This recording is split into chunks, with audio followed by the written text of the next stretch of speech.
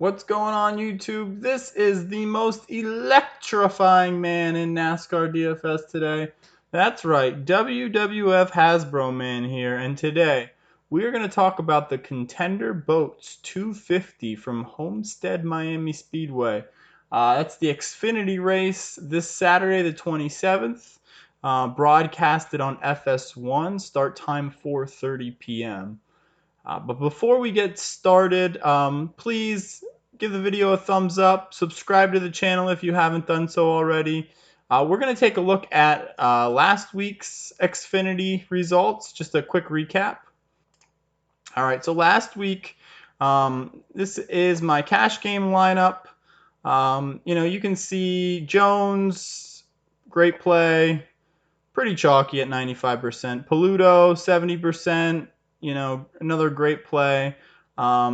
Those were two, and then Cody Ware also was another one, 38th to 25, 30 points, pretty good for a $6,200 salary driver. Noah Gragson, he started the race 3 laps down and just was fighting to get back on the lead lap, the entire race. I still was kind of in position to cash towards the end. And then Preston Pardis had, I think it was like an oil leak with, like 7-8 laps to go. And then you can see with his low ownership of 2%, he was top 15, I believe. And, that just plummeted him all the way down to 33. So, we did not cash, but, that's kind of how it goes. We're at a very volatile track last week in the road course. This week we are at Miami Homestead. This is a 1.5 mile track. The strategy here is going to be a little bit different. I kind of tried to show some things that factor into that strategy. So if you take a look here over on the right side, you're going to see the last 5 races there. And I pulled all the cautions. Now you got to remember, there's 2 built-in cautions every single race because of the stage breaks. This year's stage break will be at lap 40 and lap 80. So really, you're at probably about 2.6 average if you take the stage breaks out. 2.6 cautions a race. So the volatility really goes away and compared to some of these other road courses and super speedways. This has really got a lot to do with dominators and extreme place differential as well. But I tried to highlight here the dominator play. So last 5 races, you're going to see the lead lap totals for the driver that led the most laps. Comes to an average of 105. And then you're going to see the lead laps for the driver that averaged the second most of the race, which was 39. And then the driver that was third most, which was 23.6. So really to me, it's one real strong dominator, which has been consistent. You got kind of one of the, middle of the road play, getting about 40 laps let in. And then that third one, that's not really that big of a deal. That's about 5 bonus points, nothing major. Whereas compared to that top one, you're looking at about 25 bonus points just for laps led. And then that's not factoring fast laps either. So we talked about stage breaks. There's a total of 116.9 bonus points for laps led and fast laps total. So without further ado, let's get started with the plays. All right, so over on the left, you're going to see that's my player pool. Those are the 19 best plays that I feel that'll probably make up a good majority of my GPPs. But we're going to go through. We're just going to look at 4 drivers. Starting up top, Tyler Reddick. He was in Cup last year, still is in Cup full time. He left Xfinity, so he did not race Xfinity last year.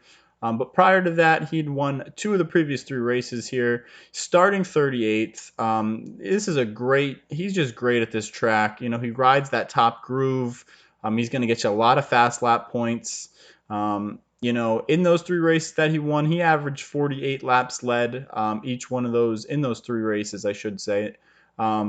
So, just I go through and I kind of just do some rough projections of finishing, some rough bonus points. Now this is not all the bonus points. I don't like to assign all the bonus points to one particular driver, pretty much calling them the dominator because I don't know who's exactly going to get the dominator points.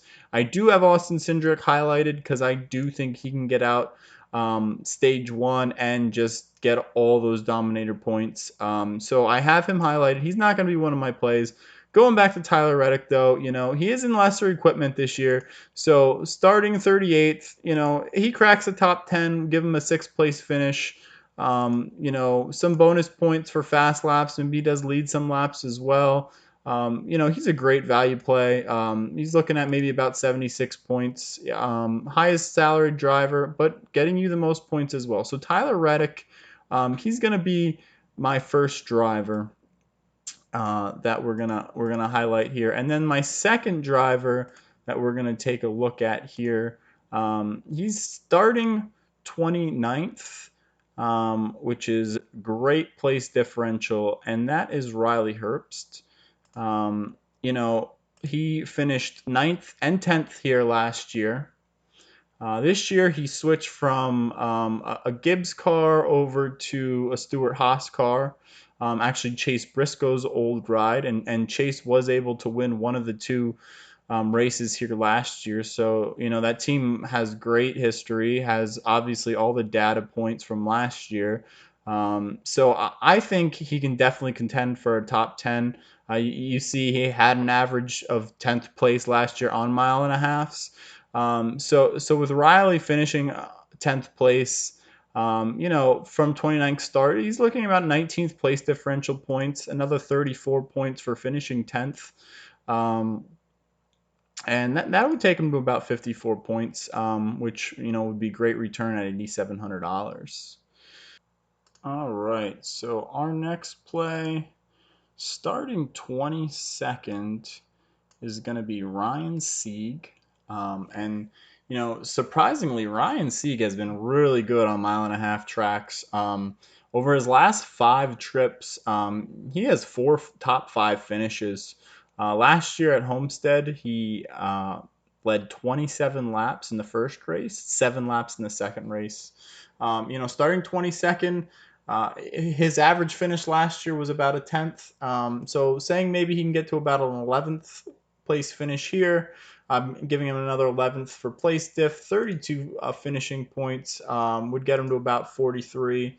And with all these drivers, really, they kind of have a built-in safer floor than some of these other drivers, and that's another reason that I like them. The place differentials and the safe floor. Now, Ryan Sieg and Riley Herbst, they may lead laps, but I don't expect them to lead laps. Tyler Reddick, I think he's a guy that could get up there by the end of stage 2 or stage 3 and be leading some laps. So Sieg and Herbst are just solid finishes with some place differential points as well. But going on then to our fourth and final driver, and that is going to be J.J. Yaley, starting 39th. JJ, he's been around a long time. He's a good driver. He's not always in the best of equipment. Starting 39th, he has a very safe built-in floor. Last year in Xfinity, he only started 6 times in 2020. I believe it was 3 different race teams, but he does have an average finish of 18th, which is really good. He did start here last year. He finished 11th at one of the 2 races here last year. I pegged JJ Yeley for about a 21st. Right outside the 20s. If he can do that for you, that's a great place differential play at $5,700. That's about 39 total points. And you can see that's a great return on your salary. So those are the 4 plays for the week: Tyler Reddick, Riley Herbst, Ryan Sieg, JJ Yaley. You guys have any questions, comments, please leave them below. If you like the video, please give it the thumbs up. Really means a lot to me. And, you know, I'll be making weekly DFS videos for Trucks, Xfinity, and Cup Series. So please subscribe to the channel. If you smell what the Hasbro man is cooking.